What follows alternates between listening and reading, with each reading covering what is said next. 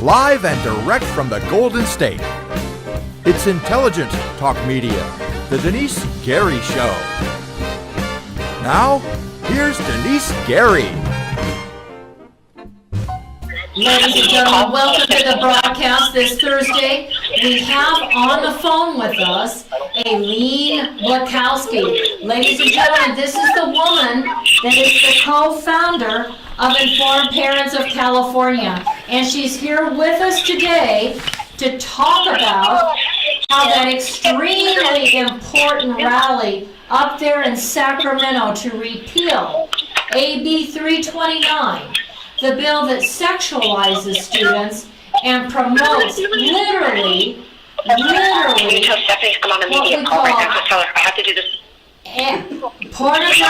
call pornographic information.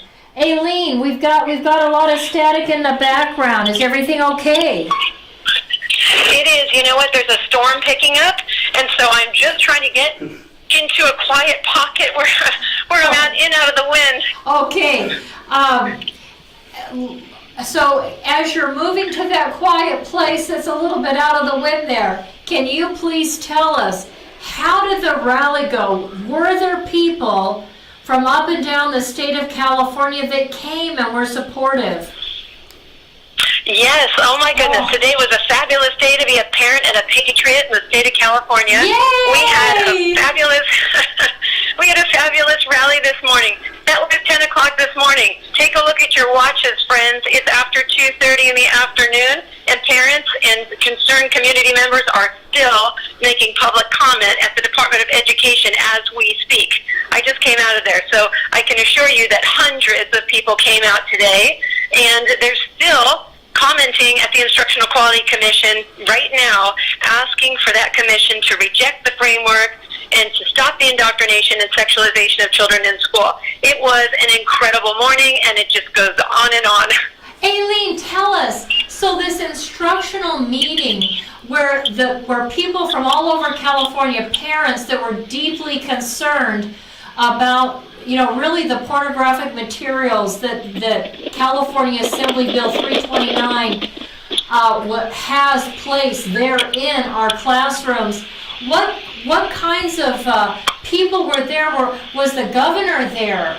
Were several assembly members there? Was it just the Department of Education for the state of California there? And can you tell us, that's the first part of the question. The second part of the question is, were these parents demanding that AB 329 be repealed immediately? You know what? I'm going to take the first one first, and then you're going to remind me of the second one. But okay. Who was there? I can tell you that at the rally this morning, we had state senators, and we had people from up and down the state. We had people of all color and all race and all backgrounds. I can tell you that too. Wonderful. But there were yes, but the crowd was full of mama bears. There were a ton of parents out there. We had gentlemen who came from the Sikh community, and we had there's a Russian Orthodox community in this area, and there was a whole crowd of Hispanics who came up on a bus from Riverside County, and I mean, it was just an incredible afternoon. At the IQC, we heard from psychologists, attorneys, parents.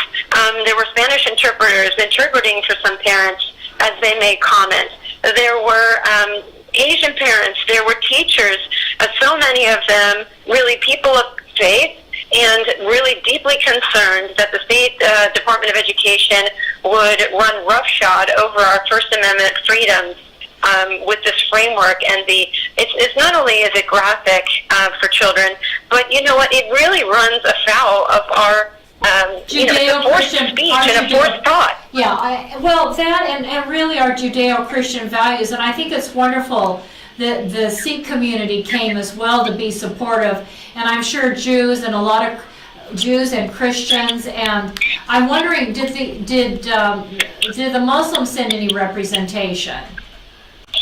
You know what? I didn't see a particular Muslim community. Okay.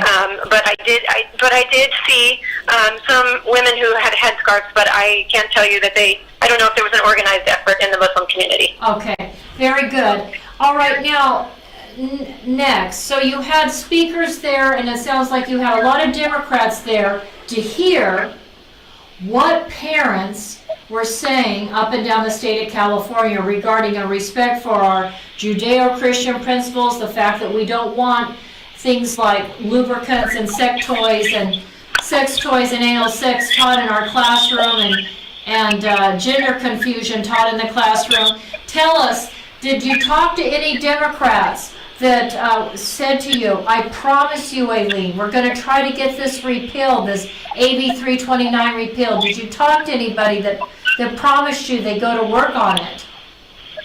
Well, I'll tell you what we did get. I can't tell you that I got a promise, but this morning at 9:30, just before the rally started, a staffer from Dr. Shirley Weber's office, she is the author of AB 329, reached out and asked if we would come to a meeting in their office. So we sat with that staffer, and they asked us to tell us about some of the concerns we had with the bill. Here's the big surprise. There were our leadership team there from Informed Parents of California, and the representative from Dr. Weber's office, and we didn't know that the last person in the room until we went around with the introductions was a member of the ACLU. So we didn't actually get a private meeting with Dr. Weber's office. We got a meeting with the ACLU and Dr. Weber's office. But you know what? We said we were open to dialogue, that we need to talk about this. So we need to talk about how the law in its interpretation is violating the letter of the law. And so yesterday, when we were going around Senate offices, there was a neighboring Democrat who's on the Education Committee, Senator Wilk.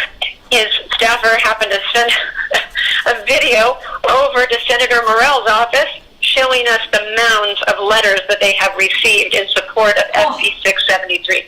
So we are making great headway. We are open to dialogue. We need to solve this problem for California's kids. Excellent. So ladies and gentlemen, repeal AB 329. You need to call your member in the California State Assembly and Senate. Say, get that AB 329 repealed. Let's support SB 673. Let's not promote what I consider sexualizing the lives of young people in the classroom.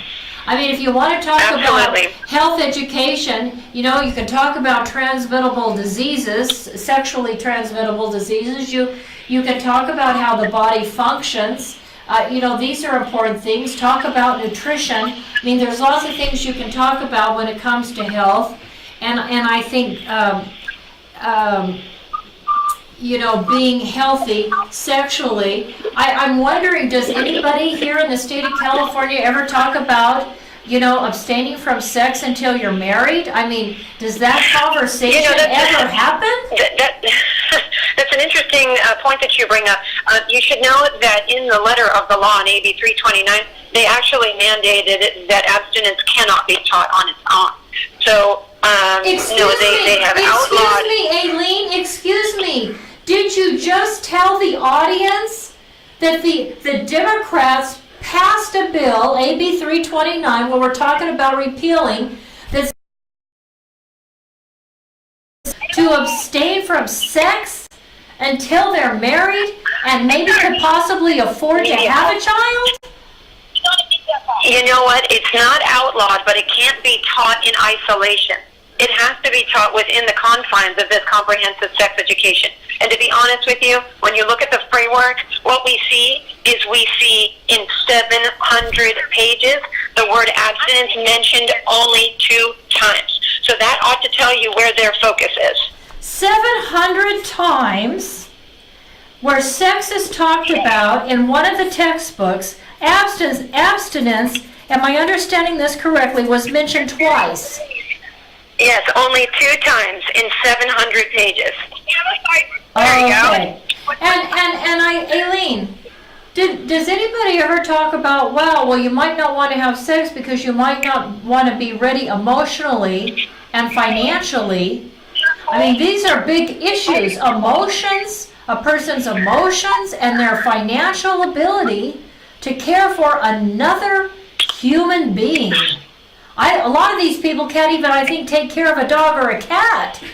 Are you there, Denise? Yes, I am. Can you not hear me? Hello? Hello? Hello?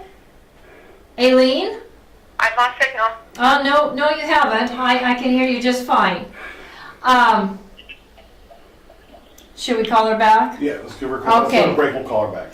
Okay, ladies and gentlemen. Here we are. Okay, very good. So Aileen, let me ask you a question.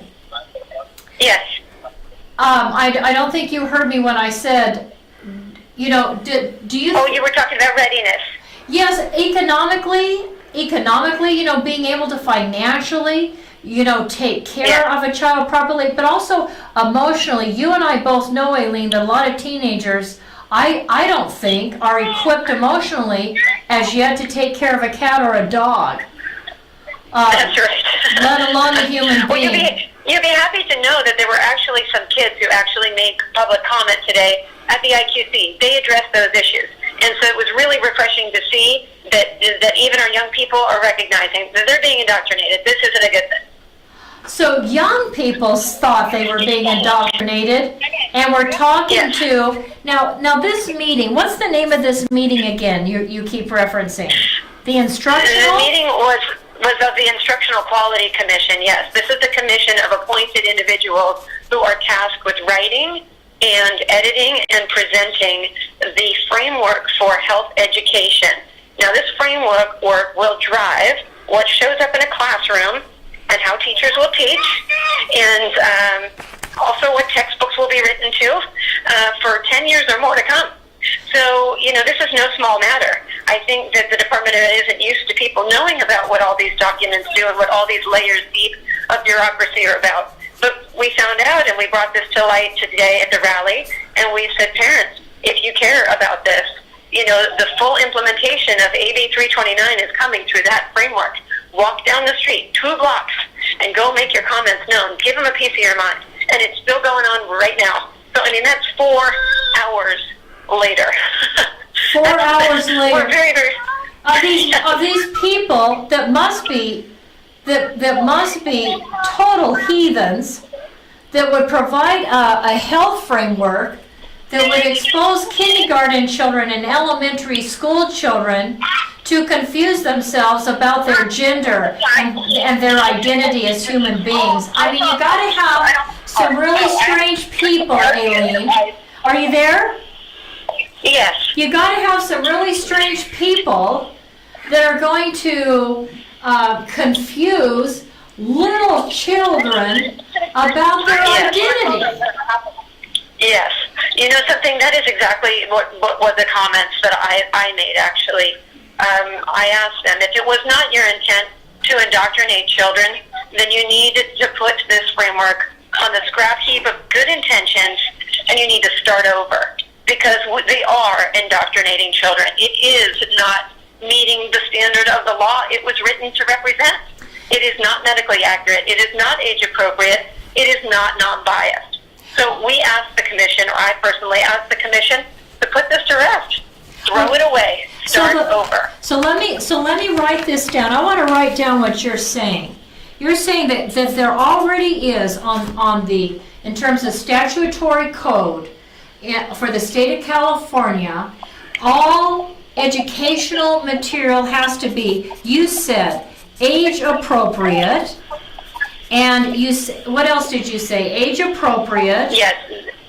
The law actually, these 4 characteristics are written right into the law. It says the instruction must be age appropriate, medically accurate, non-biased, and non-biased. Yes.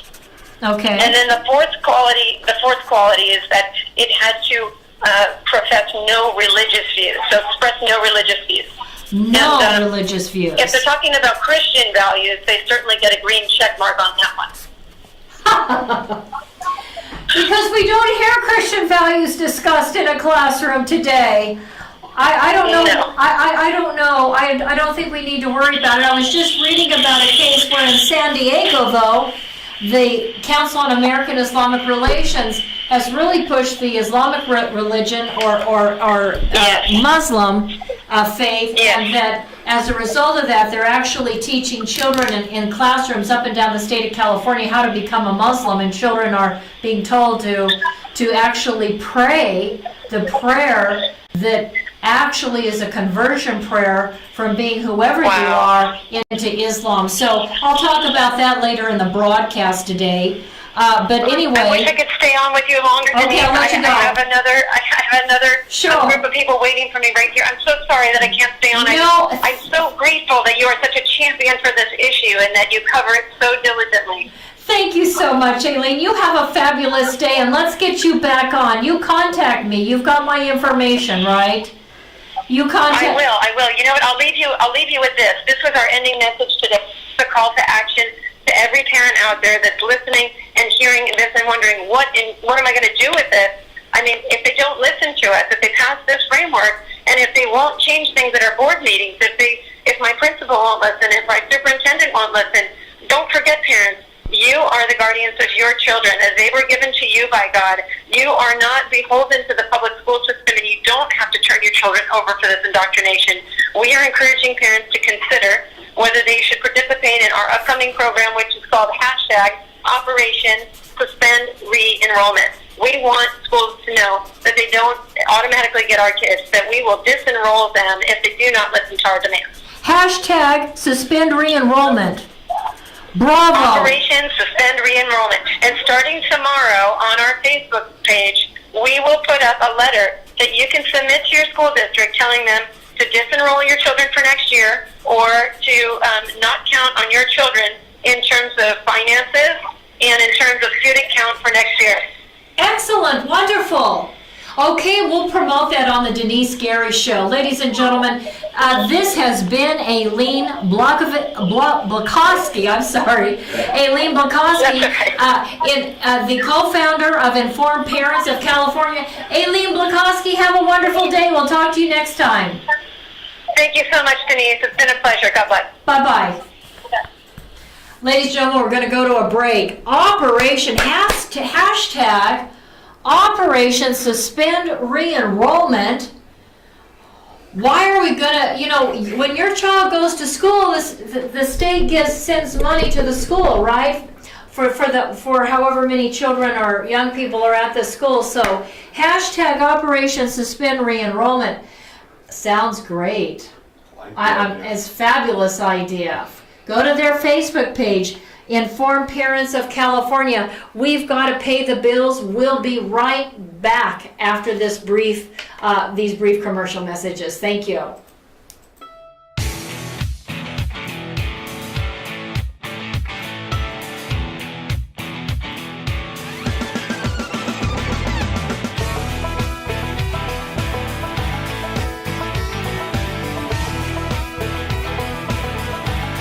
I want to tell you about a place I love to go.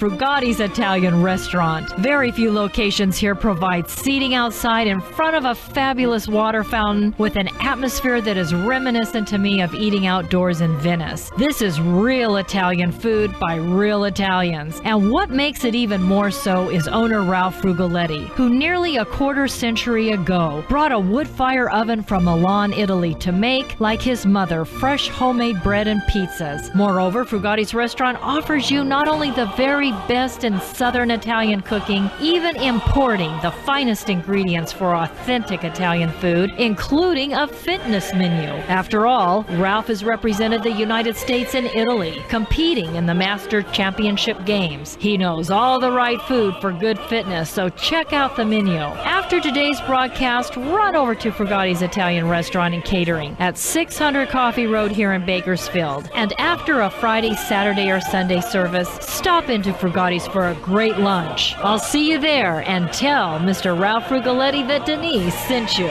Salute. Bon appetito.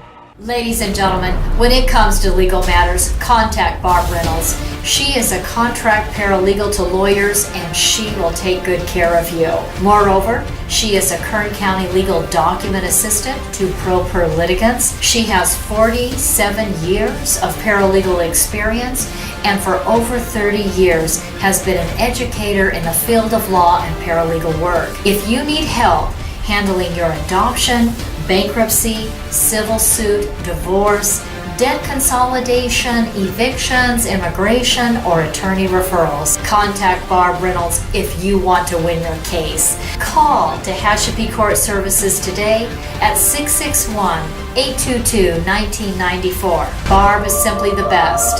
Call Tehachapi Court Services today at 661-822-1994. Ladies and gentlemen, I'm so thrilled I've got the owner of Sculpt 365 Fitness here with me today, Craig Jansen, Navy veteran. Craig, tell the audience out there why everybody in town needs to come up over here and join. Well, Sculpt 365 is a 24-hour club, so we never close, unlike a lot of other clubs here in town. Additionally, our club is always super clean, and one of the things that you're going to find here is a different environment. We strive to give you a VIP experience here, so we want to get to know you, we want to know your story, we want to know about you and how we can help you succeed and meet all of your fitness goals. Wonderful. Ladies and gentlemen, come on down to Sculpt 365 Fitness. You're located right here on Brim Hall. Tell us your other locations. We have another location up in Tehachapi, and then our third location here in town is also located over on Chester and Columbus in the Food Mac Shopping Center. Thank you so much, Craig. You have a wonderful day. You too. Thank you.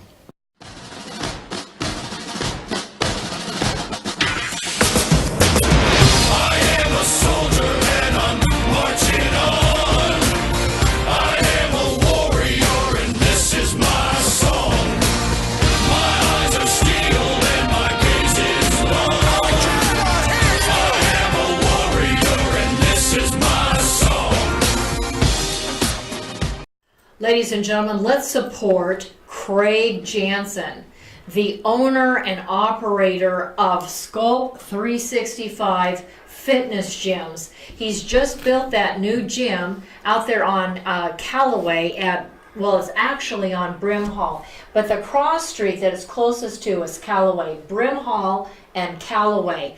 You know, he has been offering all month 0% down for enrollment. The enrollment is 0.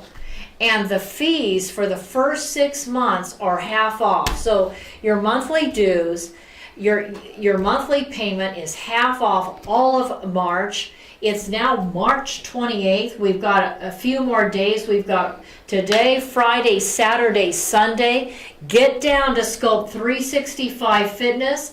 If you live in Oildale, Sculpt 365 is in Oildale on Chester Avenue. If you're up in the Tehachapi or around the Tehachapi area, they're in Tehachapi, I believe on Sage Lane. They've got another great facility. Sculpt 365 Fitness, give them a call, 661 area code 679-7116. Say, hi, Craig Jansen. Thank you so much for your service in the United States Navy as a Naval War veteran. And, you know, we appreciate your service and thank you so much for 0% down and half off for the first 6 months. And get yourself enrolled and get good looking again. I know I got to get down there more, but I'm enrolled. I just need to get down there and get exercising more, but you know I work a night and day. But you get down there and get it done. Okay. Ladies and gentlemen, that was fabulous talking to Aileen. I don't know why I always have to stumble on her last name. It's a hard last name for me. Should it be? Blakowski. You got it. She is the spokesperson as well as the co-founder of Informed Parents of California. I want to remind all of you to go to their Facebook page tomorrow, because tomorrow they've got a new thing called hashtag Operation Suspend Re-enrollment. You know, you can always homeschool your children. If you don't have the time to homeschool your children, there are homeschoolers that will also be involved with helping homeschool your child. I'll tell you, you say, well, I don't know about those homeschoolers. I'll tell you what. I've known some homeschooler parents, and I know their children. I have to tell you, their children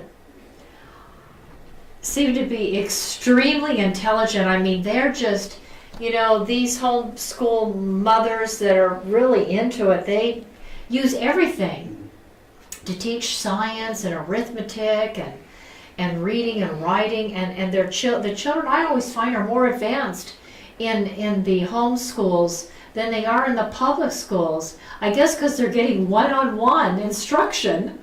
So, if you don't have the time to homeschool or you're teaching, you might look into some of the, I don't know what they call them. I think they're like consortium groups of homeschoolers. And you can put your children in with homeschoolers, talk about really hands-on attention to really help them, especially in areas where they may be weak. I alluded, changing subjects here for a moment, I alluded to an issue that just came to my attention today. I read how the San Diego parents successfully repelled a designated terrorist group, CARE, the Council on American Islamic Relations. They say, oh, we're just a Muslim civil rights group here in America. Well, they're the Islamic resistance movement in the United States. And you say, how can you say that, Denice? I can say that because they support them. They support them. I don't know if you are aware of this, but I'll never forget the day when I used to have top secret clearances for a number of years, and I'll never forget the day a CIA memo came across my desk. It's been declassified, I can share it. And it pointed out that 70% of the mosques in America, 70% plus mosques in America support Islamic terrorist groups. They take contributions to support groups that are involved in terrorism, or to support groups that are involved in buying the weapons for terrorists, or providing the things necessary to build a terrorist training camp, or provide a safe haven, or pay for their food or their salary. There's lots of Islamic charities across America and mosques that fund terrorism around the globe and in the Middle East and against Americans out there in Afghanistan and in Iraq and in 70 other countries. So I was really surprised, talking about parents, that these San Diego parents said, enough is enough. Apparently, the San Diego Asian Americans for Equality and Citizens for Quality Education sued the San Diego School District in 2017, pointing out that that there wasn't any real First Amendment rights for any other faith. And I've seen this right up close and personal. I've had parents show me the homework of their children right here in Bakersfield, California, and in other places here in Kern County, California. And I was just shocked that they don't teach people how to become a Christian. They don't teach children how to become Jewish, but they teach children in our public schools the prayer on how to become a Muslim. They teach their religious faith in the public school classrooms. And it says, I guess the lawsuit said there was religious preferentialism. One of the big complaints said that, educators here in California need to treat each religion with equal respect, with each religion with the time and attention spent discussing religions and their impact on history and human development. And it hasn't been happening in California. And in fact, I don't know of any California classroom, elementary, junior high, or high school. My producer's giving me the eye, and I've got just 1 second.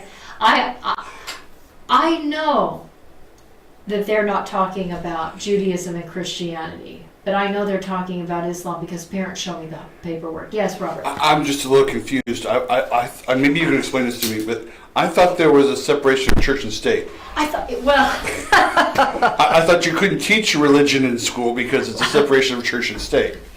Well, that works sometimes.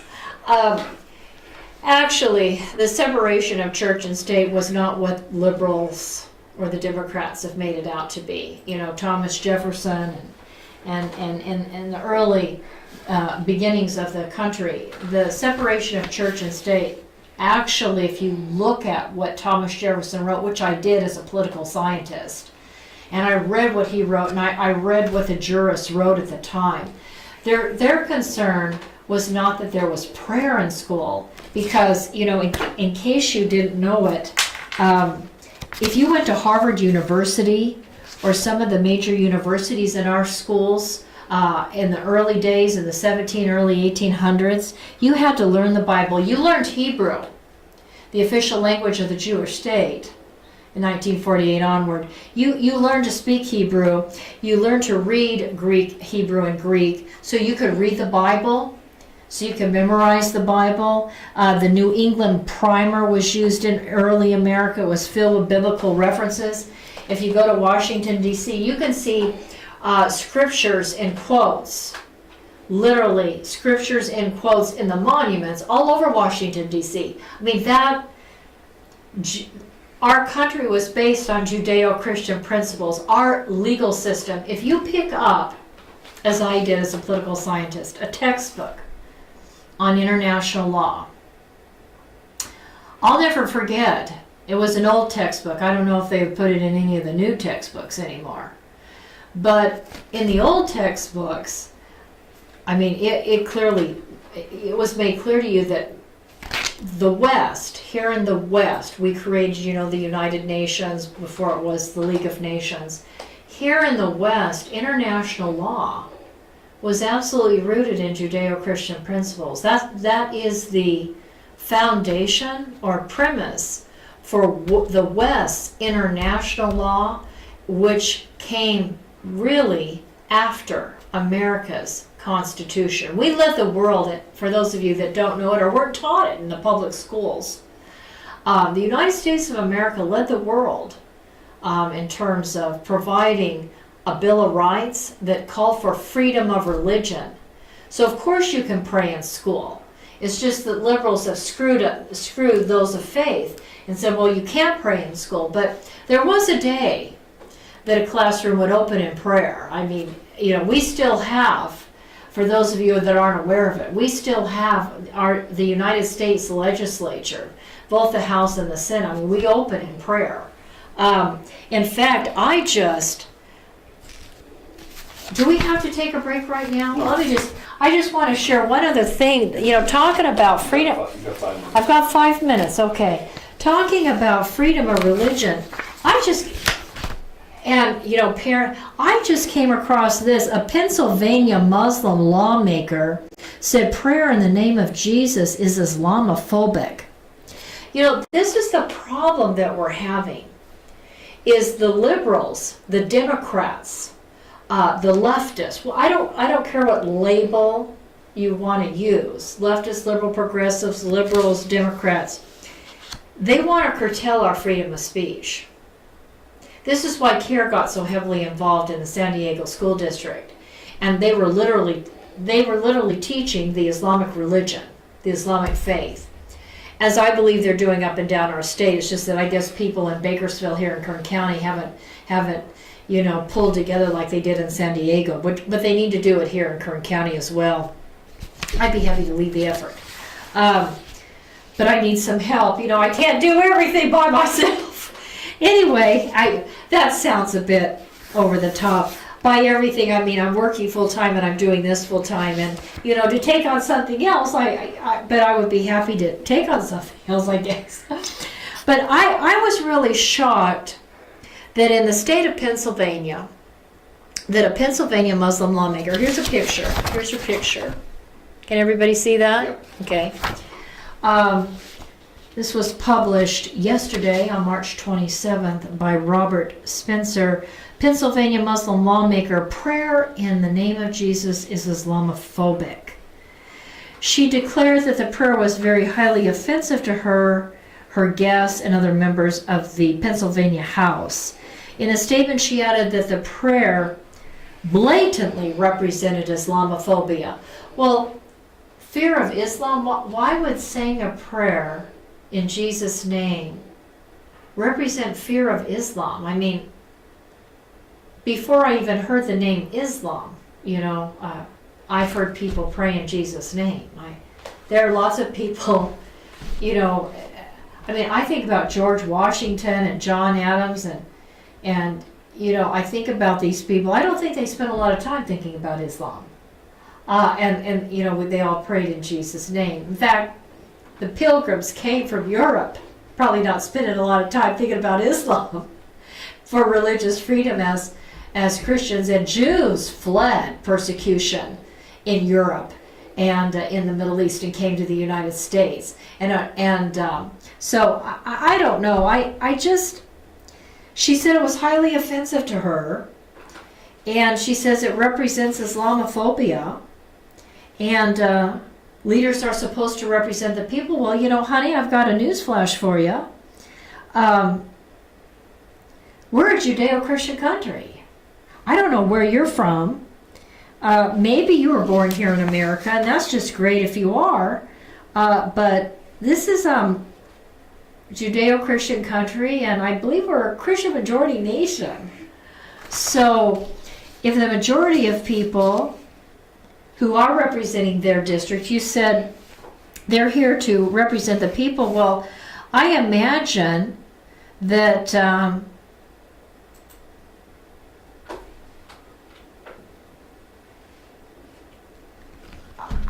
I imagine the people in our district were primarily Christians. And I don't hear any Jewish people complaining.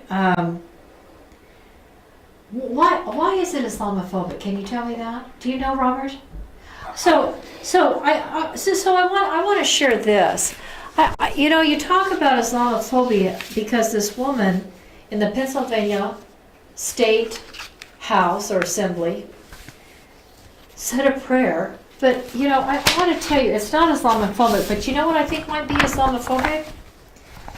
I think might be what people who may be Islamophobic are the Coptic Christians in Egypt that are being sold into slavery. I just read a report about the slaughter of Christians in Egypt. A Muslim policeman who was charged with actually guarding, because you have to guard Christian churches in Egypt now. A Muslim policeman who was charged with actually guarding the church so that there wouldn't be a Muslim mob come and attack the Christians, wound up shooting and killing 2 Christians, a father 49 and his son 21 in December. He loudly cursed the Christians and called them mother effers. Lord have mercy. Attacks on Christians by Muslim officers are not unprecedented in Egypt. I read reports all the time about how they're called infidels in Nigeria. The day after Christmas, the Islamic Fulani tribesmen slaughtered 7 Christians.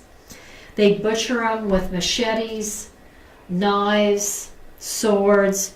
230 Christians were butchered by Muslim tribesmen 6 months earlier. In Iraq, you've got Christians being killed all the time. Uzbekistan, 40 police and military personnel raided a Baptist church in Uzbekistan. And 14 Christians were detained and tortured, including a 14-year-old boy who was kept outside in freezing temperatures. It snows in Uzbekistan. Freezing temperatures, later interrogated for several hours. All of 1,000 pieces of Christian hymn books, prayer books, was seized. 8,000 pieces. Lebanon, persecution of Christians. It says it's lethal to be a Christian in Lebanon. Pakistan, Indonesia, Uganda, Saudi Arabia, Iran. There might be some Islamophobia. I bet some of the Christians living in these countries are fearful for their lives. But honey, I'm not fearful. I'm not fearful, and because here in America we have the right to defend ourselves, and we have freedom of speech and freedom of religion and freedom of the press. But I know people like you are trying to end our freedom of speech. But I'll tell you what, we have a long tradition in the United States of America of criticizing. I hear people criticize the Catholics. I hear people criticizing Protestants. I hear people all over the country who are anti-Semitic and are attacking Jews verbally. I hear attacks certainly against Nazism and communism and socialism. If you haven't figured it out yet, this country, I don't know what group doesn't attack one group or another in terms of criticizing the ideology. That's what we do here. And Israel has that same freedom of speech. So if we think something's wrong in America, and again, whether it's socialism or communism or Nazism or Islamism, and of course some people, again, they go after Christians and Jews, whatever it is, we have freedom of speech. Grab hold of that. If you don't want freedom of speech, you can go back, or if you're not from the Middle East and you're born here, but you want that kind of restriction on speech so that Christians can't speak openly and freely about Christianity and Jews can't speak openly and freely about being Jewish or Sikhs or Hindus or anybody else. If you have a problem with freedom of speech, I encourage you to go to another country where there isn't freedom of speech and it's not in their Bill of Rights, where people are beheaded, where people are crucified, where people are shot to death, where tens of thousands of pieces of religious literature are confiscated, where people are tortured for their faith, who have spoken out loud. We just heard about Asia Bibi. That poor woman was in a dungeon for almost a decade. For what? The women that she worked with said she drank water, and because she was a Christian, she was a dog, and she had no business drinking from a cup that Muslim women drank from. And when she stood up for her faith, she was told she was blasphemous against Islam. That's what I'm hearing more and more, and it really worries me, is I'm hearing that it's blasphemy if a Christian prays in the presence of somebody who is a Muslim. That it's blasphemy, and immediately there's a target on their back. People, you need to pray for Christians and Jews in other countries that are targeted for their faith, because it's dangerous to be there and to live there. And if we're going to have to start going through that here in America, I say, I just read a report. What do I say? I say, let's stand up for our freedom of speech. I was just reading a report from North Dakota. North Dakota! I think my former producer, when I was on radio, isn't his son in North Dakota? Yeah. I'll have to ask him about this. In North Dakota, a woman wearing a hijab, a Muslim woman wearing a hijab. This is Grand Forks. I don't think his son is in Grand Forks. Grand Forks woman has been charged with terrorizing the local population. She apparently was wielding a knife and telling the people that she ran across that she was downtown Grand Forks and she was going to slit their necks, slit their throats. She was, I guess she wasn't too pleased with the infidels in her community. 26 years old, Hawa Ahmed left her appointment and threatened people just walking out from her door to her car, I guess, in the parking lot.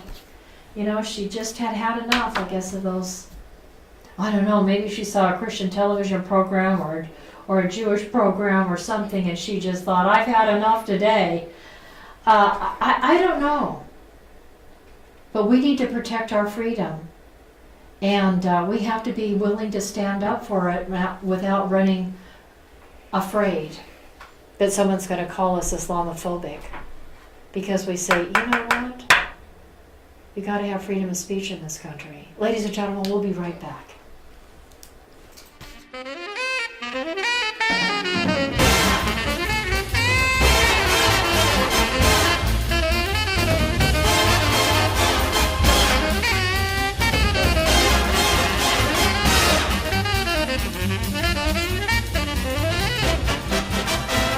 Trump has correctly stated that economic security is national security. And in the Tehachapi Mountains of Kern County resides a United States defense contractor, Anitates Products. Here is the Silicon Valley of the aerospace industry, right here in East Kern. Anitates Products is a forward-leaning manufacturer and distributor of hardware sold to major defense and aerospace companies. We're talking about Boeing, Lockheed Martin, United Technologies, Northrop Grumman, Raytheon General Electric, and on the list goes, as well as to every United States ally worldwide, including Israel, America's most important strategic ally in the Middle East. And for everything that flies, Anitates Products is providing the parts. And with me today is the president of Anitates Products, Scott Baker. Hi, Scott. How you doing? Scott, tell us why you believe this corner of Kern County is the hub of the aerospace industry. Well, this portion of Southern California here out in the Antelope Valley, it contains, some of the most cutting edge technology going on in aviation today. We have some of the UCAS programs with unmanned technologies going on. We have Edwards Air Force Base out here who's doing continual testing in their area. We have the Naval Weapons Station up there at China Lake doing some fantastic cutting edge stuff, cruise missile technology, and those things are going on. We have Scale Composites locally doing a lot of composite technology, which is new. We have SpaceX, which is a private one putting a private entity putting things into space now. This area is the growth center for aviation's future, and this is the area I think that as a nation we need to be concentrating some of our effort and taking this technology. And as we all know, with the space program from Apollo years ago, out of these technologies, we the private sector are going to reap some of the benefits of that. Thank you, Scott. Ladies and gentlemen, Scott Baker, president of Anitates Products.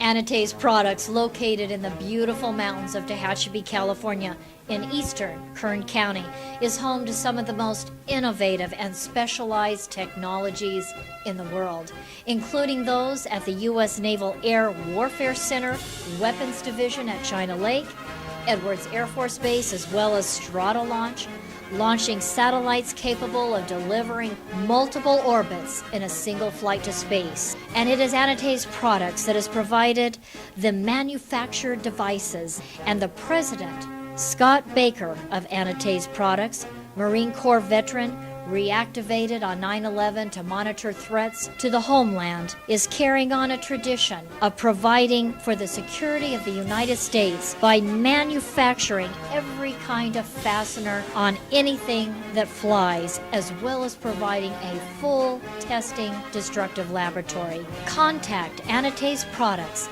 now in business for 30 years, at 661-822-6873. Located at 1314 Goodrich Drive in Tehachapi for your manufacturing and testing needs today.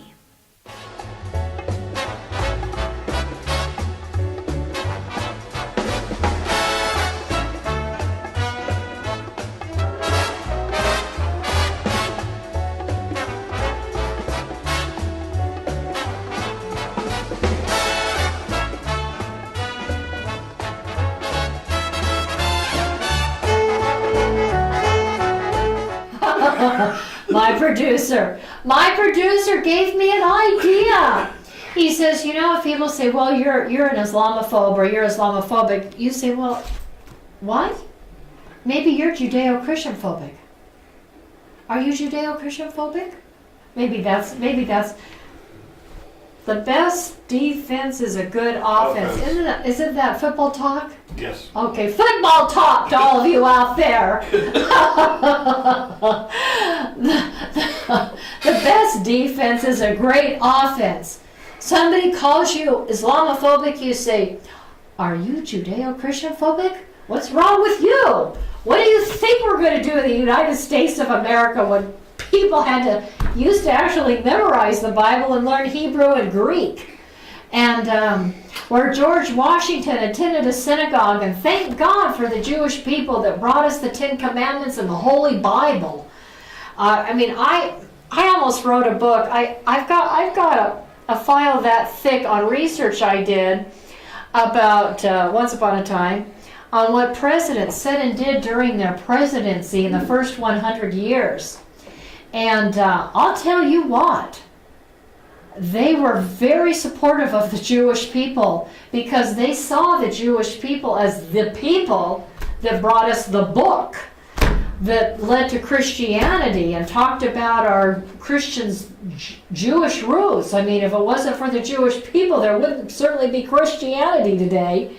And it's incredible, some of the things. I'll never forget a letter I read from Abraham Lincoln. You know, you can get this stuff in the archives if you go to Washington, D.C. You can't take anything out of the archives, but you can photograph it, or photograph it with your iPhone or on a copier, of course. But I'll never remember when Jews were really being persecuted and slaughtered and massacred by Muslims in Syria, you know, in the 1800s. I hope I remember this correctly. Abraham Lincoln sent a diplomatic envoy from Egypt, where I believe we had a diplomatic mission at that time in the 1860s, to Damascus, Syria, to say, knock it off. Anyway, gotta go, but real quick, you know, Rashida Tlaib, the representative from Michigan, right? That's right, yeah, Michigan. She, you know, I told you, she said that Trump is the most dangerous threat to democracy, and she sent out a letter on Monday calling for everybody in the House of Representatives to sign an impeachment letter to start impeachment proceedings right away against President Trump. So I thought, you know, that's interesting. After, you know, the Democrats told the Republicans, you know that he committed treason and colluded with Russia. And I always used to think, why? Because he thought about building a hotel in Moscow? I mean, the man was a real estate developer, a billionaire real estate developer. He's built hotels all over the world and employed people all over the world to speak dozens of different languages and represent ethnic groups and different races and ethnic groups all over the globe. Why wouldn't he think about doing some real estate development in the capital city of Moscow, where Americans go and travel and see the sights? I mean, there are lots of tourists that coming out of America that go to Russia all the day. Hillary Clinton was real close and, you know, right, rubbing elbows with the Russian elite as was Obama, and selling Ukrainian assets, which are needed for ballistic missiles and nuclear weapons to Russia-backed Ukraine at the time during the Obama administration. I mean, I thought, really? That's what you're hanging your hat on? And I thought, and you know, let me tell you something, people, for those of you who don't understand this, or you have a Democrat that you're going to share this show with later, for all you Democrats and independents that don't understand this, when you run for a president, that team that you start to put together, called the transition team, they have to reach out to countries all around the globe, especially a country like Russia and China, and of course Middle Eastern countries, Great Britain, France, Germany. That's their job, is to begin reaching out and establishing communication, because they're going to have to work for them. They are going to have to work with them for the next 4 years, right, while that president's in office. So of course there's going to be communication. Of course General Michael Flynn was communicating with people. Of course other people were, and Russia has been considered a geopolitical enemy of the United States. And of course, just because President Trump said that he wanted to try to have a good working relationship with the Russians, just like we want to have a good working relationship with all of America's enemy countries, because we need to keep the lines of communication open so we do not go to war. Okay? That's what husbands and wives have to. I can say that now I'm divorced. I try to communicate all the time. You know, to make it in marriage, right? To make it in any relationship, friendship, whatever relationship you've got going, you've got to keep the lines of communication open. Once they break down, you're in for a real shipwreck, right? Well, nation states can go to war if you don't have some decent communication going.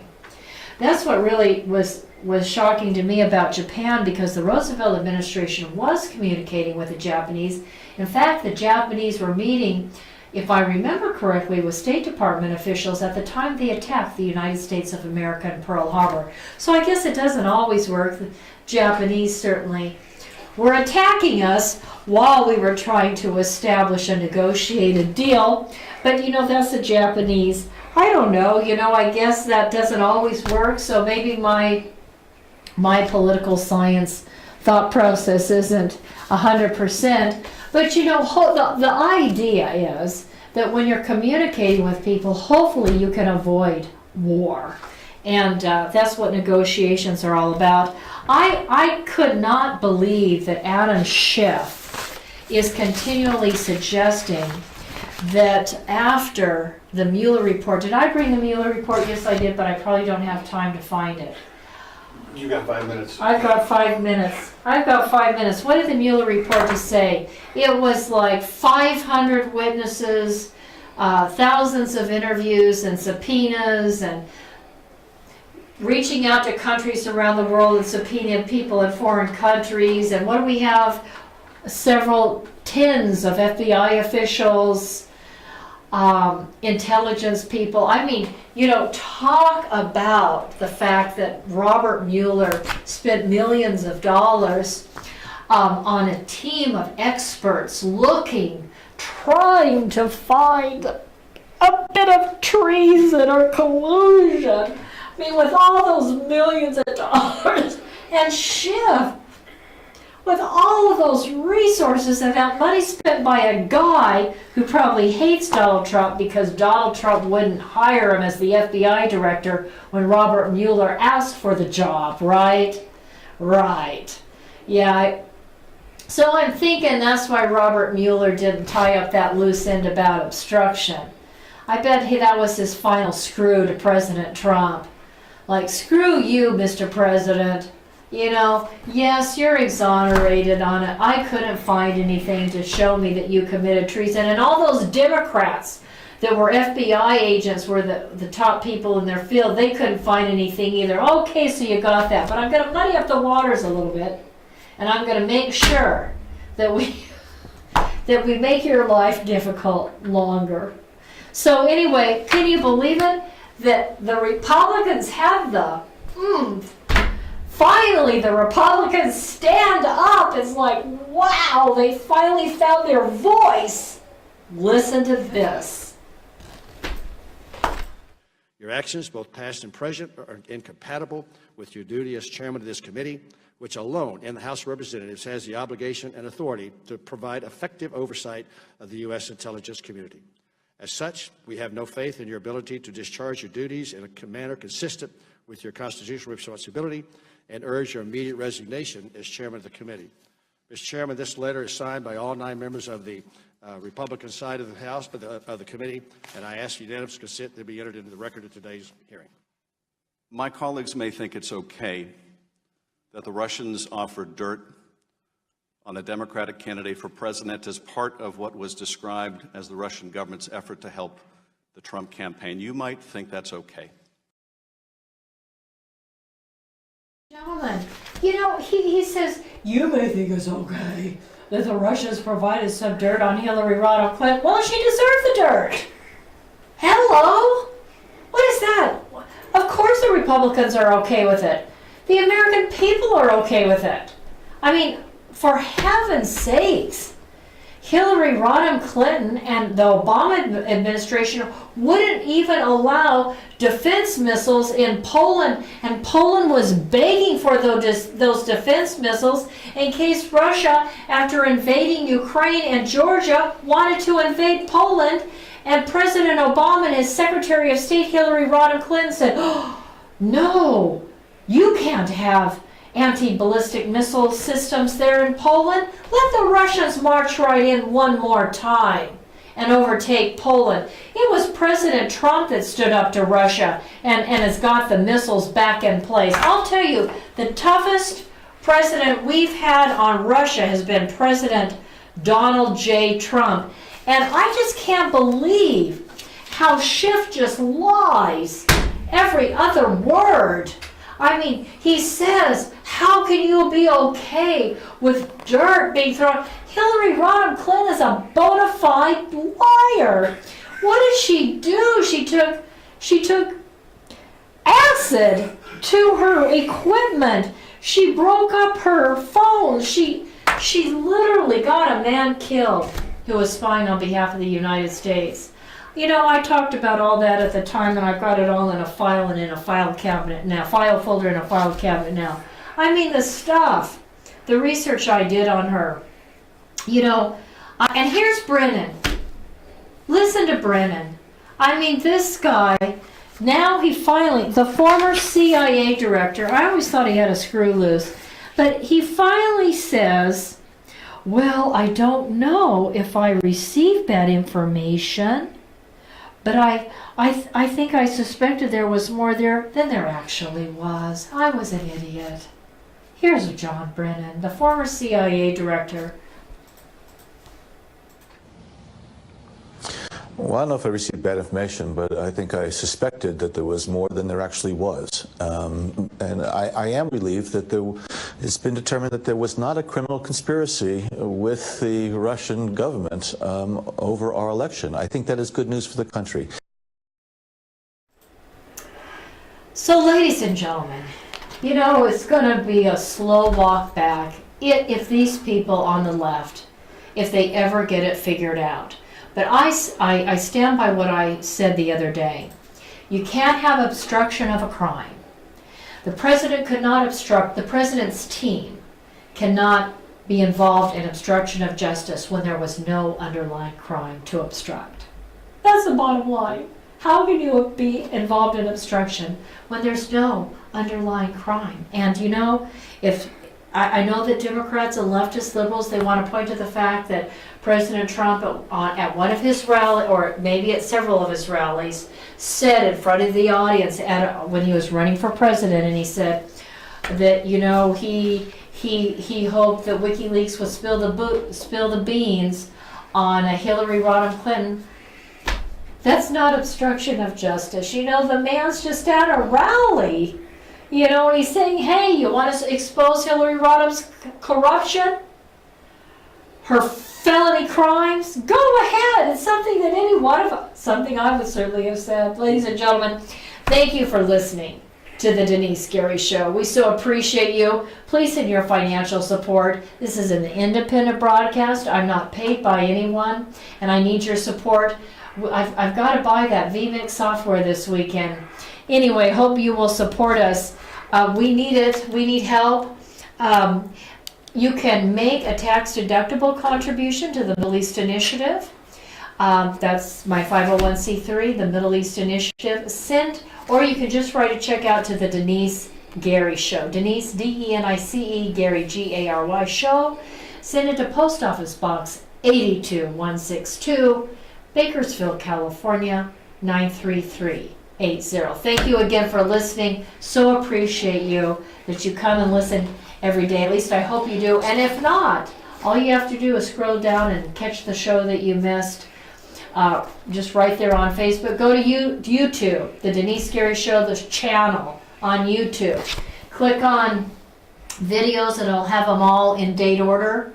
You can go to iTunes, you can go to SoundCloud, Talk America Live, you can go to my website, anewmiddleeast.com, check the broadcast out. I put up, I try.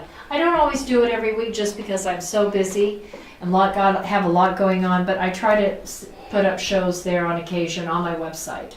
So thank you so much, and you just have a beautiful and blessed Thursday evening. Thank you. This is Denise, signing off.